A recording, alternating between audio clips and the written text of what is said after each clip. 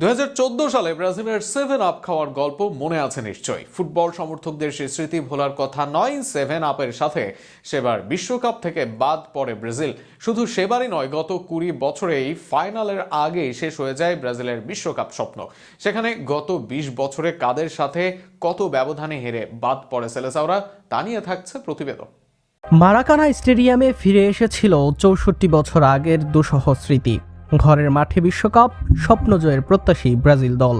সেই ব্রাজিলের কপালেই জুটল লজ্জার হার। একে একে 7 গোল হজম করলো সেলেসাওরা, সেটাও বিশ্বকাপের সেমিফাইনালে। 2014 সালের সেমিফাইনালে ব্রাজিলের বিদায়ই তাদের বিশ্বকাপ ইতিহাসের সবচেয়ে লজ্জার বিদায়।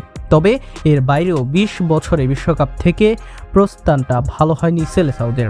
ফাইনালের আগেই সেখানে হেরে বিদায় নিতে হয়েছে দলকে। 2006 সালে ব্রাজিলের বাধা হয় সে আসরের রানার আপ ফ্রান্স। জার্মানিতে অনুষ্ঠিত বিশ্বকাপে ব্রাজিল এসেছিল ডিফেন্ডিং চ্যাম্পিয়ন হয়ে। দলে তখন রোনালদিনহো, কাকা, রোনালদোদের নিয়ে তারকায় ঠাসা স্কোয়াড। কিন্তু কোয়ার্টার ফাইনালে এসে স্বপ্ন ভেঙে দেয় দুইবারের বিশ্ব চ্যাম্পিয়ন ফ্রান্স। সাবেক রিয়াল মাদ্রিদ তারকা জিনেদিন জিদানের একমাত্র গোলে 1-0 ব্যবধানে হেরে বিদায় নেয় ব্রাজিল। কোয়ার্টার ফাইনালের আগেই থেমে যায় ব্রাজিলের যাত্রা। দক্ষিণ আফ্রিকায় 2010 বিশ্বকাপে ব্রাজিল শুরুটা করেছিল দারুণভাবে। কাকার, রবিনহো, মাইকন, লুসিউদের নিয়ে শক্তিশালী ব্রাজিল।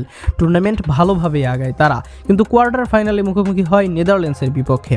প্রথমে লিড নিয়েও শেষ পর্যন্ত 2-1 গোলে হেরে যায় সেলেসাওরা। স্নেইডার দ্বিতীয়ার্ধে গোল করেন জোড়া গোল, সেখানেই কাছে হার মানে ব্রাজিল দল। ফলে এরপর আবারও একই রাউন্ডে থামে ব্রাজিলিয়ার যাত্রা, সেটা কোয়ার্টার ফাইনাল।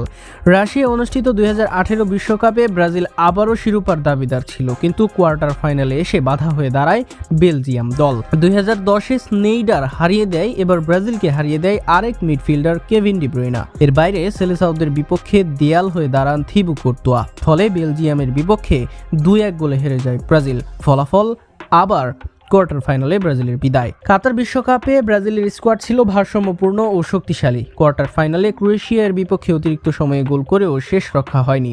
নেইমারের সেই অসাধারণ গোলটা শুধু আক্ষেপ হয়েই থেকে যায়। ক্রোয়েশিয়া গোল শোধ করে ম্যাচে 1-1 সমতা হয়। এরপর টাই ব্রেকারে হেরে যায় ব্রাজিল।